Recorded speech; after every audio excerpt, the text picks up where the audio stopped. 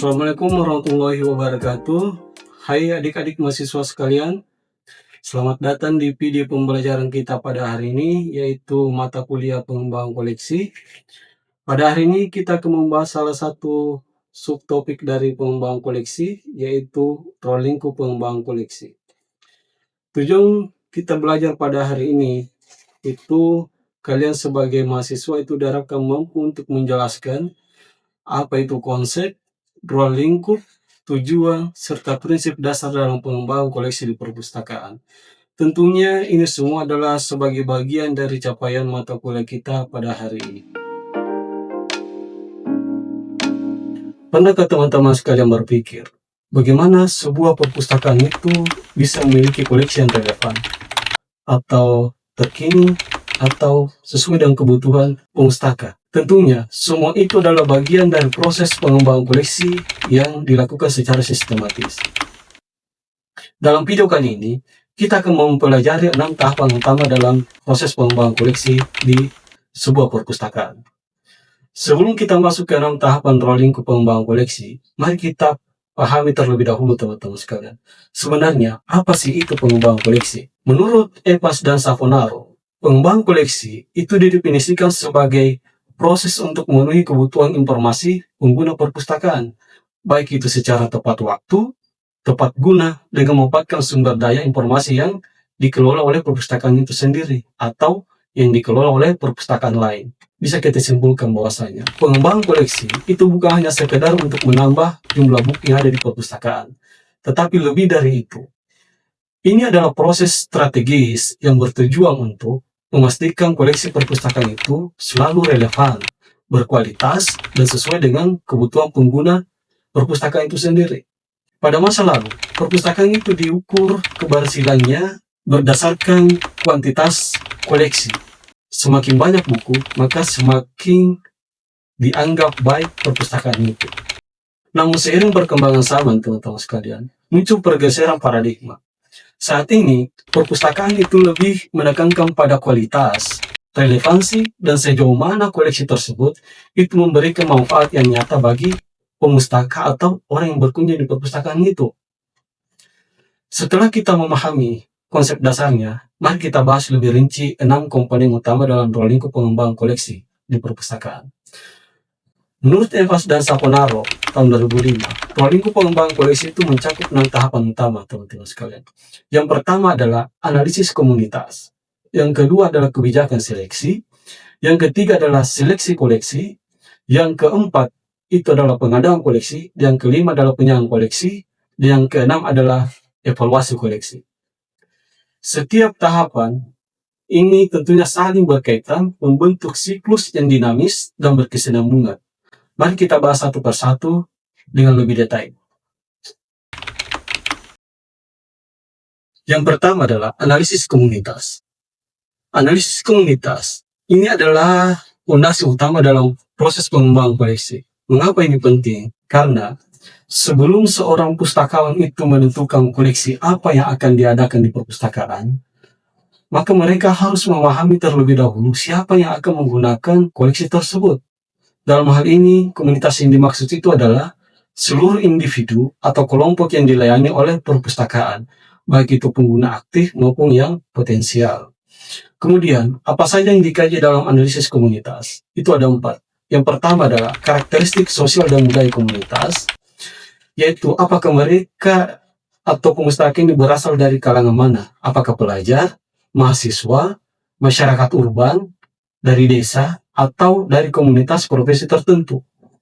Kemudian yang kedua adalah minat dan kebiasaan informasi. Apa saja jenis informasi yang pemustaka biasanya cari? Kemudian melalui media apa mereka lebih sering mengakses informasi? Kemudian yang ketiga adalah kebutuhan informasi saat ini dan masa depan. Jadi pustakawan itu, teman-teman sekalian, itu harus dituntut untuk tidak hanya memenuhi kebutuhan yang sekarang, tetapi juga seorang pustakawan bisa memprediksi kebutuhan informasi 5 atau 10 tahun ke depan. Kemudian yang keempat adalah perubahan teknologi dan demografi, yaitu bagaimana perkembangan teknologi itu mempengaruhi cara masyarakat dalam mengakses sebuah informasi. Jadi melalui data yang lengkap ini, maka pustakawan itu dapat mengantisipasi perubahan dan menyesuaikan koleksi agar selalu relevan dan up to date. Jadi hasil analisis komunitas ini itu bisa menjadi landasan bagi kita seorang pustakawan sebagai keputusan dalam pengembangan koleksi. Misalnya, perpustakaan universitas itu harus selalu menyelaraskan koleksi dengan program studi yang ada di universitas itu. Langkah kedua adalah perumusan kebijakan seleksi. Setelah memahami analisis komunitas, langkah selanjutnya adalah menyusun kebijakan dalam memilih koleksi yang akan kita adakan di perpustakaan. Kebijakan ini itu bukan hanya sebuah dokumen formal, tetapi ini adalah pedoman strategis dalam proses pengembangan koleksi. Mengapa kebijakan koleksi ini penting kita buat? Yang pertama adalah agar pustakawan itu memiliki acuan dalam menyeleksi, mengadakan, sampai menyayangi koleksi yang ada di perpustakaan. Kemudian kedua adalah untuk menjamin keterpaduan antara visi misi perpustakaan, kebutuhan komunitas atau pengguna, dan jenis koleksi yang akan kita kembangkan nantinya. Kemudian ketiga adalah untuk menghindari subjektivitas dan keputusan ad hoc dalam pengadaan koleksi perpustakaan. Apa saja isi kebijakan koleksi ini? Yang pertama adalah tujuan dan sasaran pengembangan koleksi. Kemudian yang kedua, jenis dan format bahan pustaka, apakah cetak, elektronik, atau audiovisual, dan lain-lain. Kemudian ketiga adalah bahasa koleksi, apakah bahasa koleksi yang akan kita adakan nanti, apakah bahasa Inggris, bahasa Indonesia, atau bahasa Arab.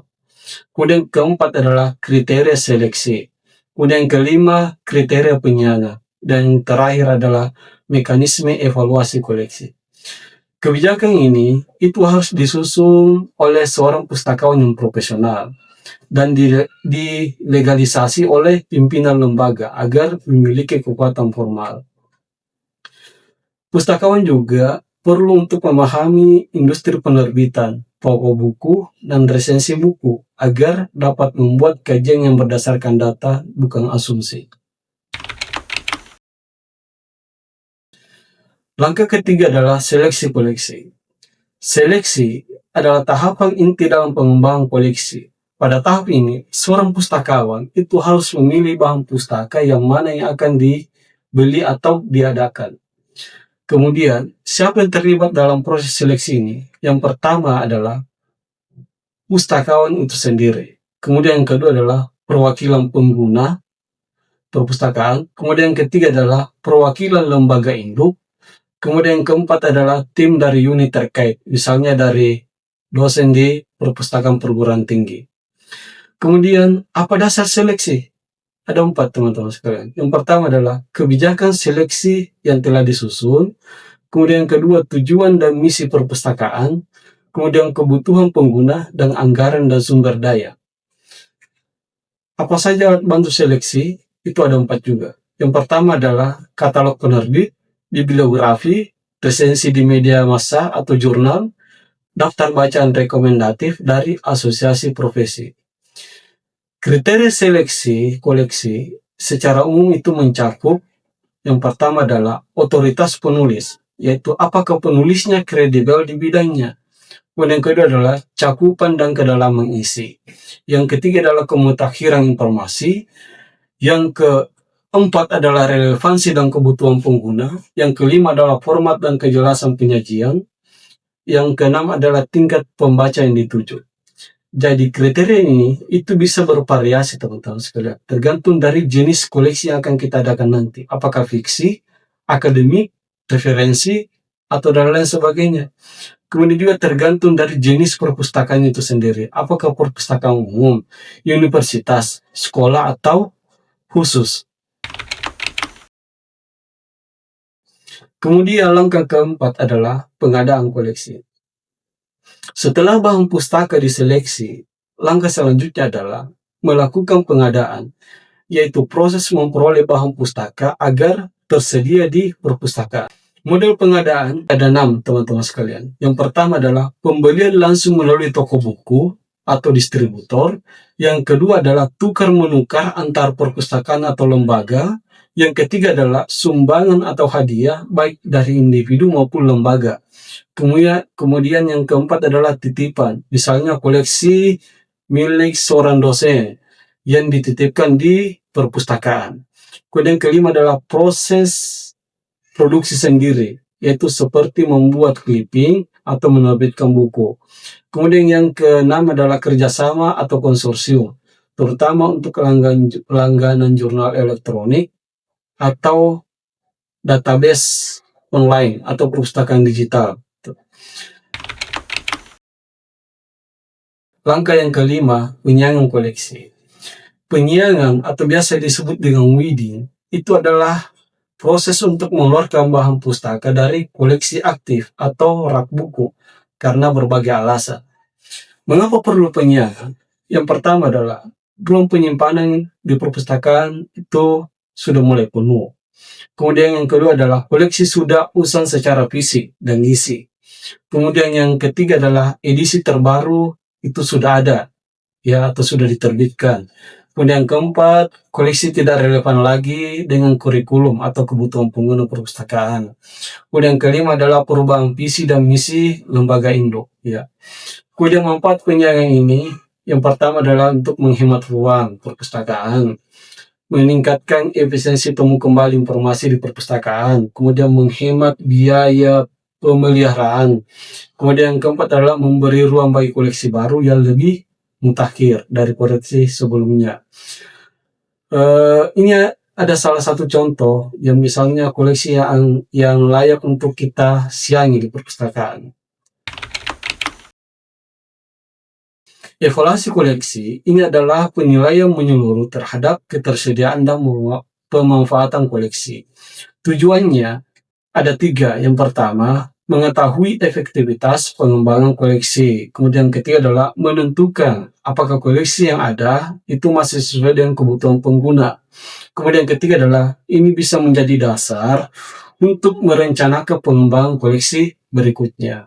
Metode evaluasi itu ada 2 yang bisa kita lakukan. Yang pertama adalah metode evaluasi berbasis koleksi, yaitu kita sebagai pustakawan itu menilai jumlah buku yang ada di perpustakaan, usianya sudah berapa tahun, cakupannya, dan kedalaman informasi dalam koleksi tersebut. Kemudian yang kedua adalah kita bisa bandingkan dengan standar nasional atau internasional atau koleksi perpustakaan lain. Kemudian metode yang kedua adalah metode evaluasi berbasis pengguna. Yang pertama, yaitu kita sebagai seorang pustakawan bisa menelusuri data peminjaman koleksi di perpustakaan terkait dengan penggunaan koleksi di tempat atau survei kepuasan pengguna. Sebagai contoh misalnya, banyak pengguna meminjam buku yang sama di perpustakaan. Nah, ini bisa kita asumsikan bahwasanya buku tersebut itu sangat dibutuhkan oleh pemustaka, ya, karena banyaknya yang meminjam buku tersebut. Nah, evaluasi koleksi ini dilakukan secara berkala dan sistematis, ya. Terkait itu misalnya 2 kali dalam setahun atau setahun sekali. Lalu hasilnya nanti itu bisa kita gunakan untuk menyusun ulang strategi pengembangan koleksi ke depan. Ya, jadi kita mulai lagi dari analisis komunitas dan seterusnya. Nah, inilah yang disebut sebagai siklus berkelanjutan dalam pengembangan koleksi perpustakaan. Jadi, proses pengembangan koleksi ini bukanlah proses linear, ya, tapi ini adalah proses yang terus berkelanjutan, adaptif, dan strategis. Jadi, ke-6 tahapan ini bukan hanya teknis, ya, tetapi juga mencerminkan bagaimana perpustakaan itu merespon perubahan zaman, teknologi, ataupun masyarakat, ya. Jadi, dengan kita memahami role lingkup ini secara utuh, maka seorang pustakawan itu dapat berperan aktif sebagai kurator informasi. Jadi, bukan hanya lagi sebagai penjaga rak buku. Oke, baik teman-teman mahasiswa sekalian, sebelum kita akhiri pertemuan kita hari ini, untuk menguji pemahaman kalian, ya, setelah kita belajar tadi terkait dengan proses pengembangan koleksi, silakan kalian pecahkan kasus ini, ya. Jadi kasusnya itu adalah ada sebuah perpustakaan perguruan tinggi menerima sumbangan buku 300 buku dari alumni yang sudah menyelesaikan studinya. Akan tetapi sebagian sumbangan buku tersebut itu adalah buku novel lama, ya. Kemudian ada buku motivasi populer juga. Kemudian ada buku panduan komputer Windows XP, ya. Di sisi lain, di perguruan tinggi tersebut itu ada program studi baru, ya, yang justru membutuhkan koleksi referensi tentang teknologi AI atau data science, ya, yang belum tersedia di perpustakaan tersebut. Kemudian ruang penyimpanan di perpustakaan tersebut itu sudah sangat terbatas, ya, dan juga banyak koleksi lain yang sudah mulai usang di perpustakaan tersebut. Jadi kalian sebagai calon pustakawan, kira-kira bagaimana kalian menyikapi masalah ini, ya? Jadi silakan teman-teman mahasiswa buat rencana pengembangan koleksi, ya, berbasis solusi dari studi kasus tadi, ya. Yang pertama, apa yang akan Anda lakukan dengan sumbangan 300 buku tersebut? Kemudian, langkah apa yang akan Anda ambil untuk menyediakan koleksi yang dibutuhkan program studi baru ini? Ya, kemudian, bagaimana Anda akan menyusun kebijakan koleksi dan evaluasinya, ya. Jadi, silahkan tulis jawaban kalian secara tertulis, ya. Nanti kita akan diskusikan di pertemuan selanjutnya. Sebagai kesimpulan pertemuan kita hari ini, pengembangan koleksi itu bukan hanya soal menambah buku, ya, di perpustakaan, tetapi bagaimana kita seorang pustakawan itu bisa memahami pengguna, merancang kebijakan, melakukan seleksi dan pengadaan secara tepat, serta mengevaluasi koleksi secara berkala. Jadi dengan role lingkup yang sistematis ini, itu perpustakaan akan mampu menyediakan sumber informasi yang berkualitas, relevan, dan mendukung proses belajar mengajar di lingkungan akademik, ya. Jadi terima kasih kepada adik-adik mahasiswa sekalian telah menyimak pembelajaran kali ini. Jangan lupa untuk terus membaca referensi tambahan, ya, dan aktif dalam diskusi perkuliahan. Sampai jumpa di video pembelajaran selanjutnya. Wassalamualaikum warahmatullahi wabarakatuh.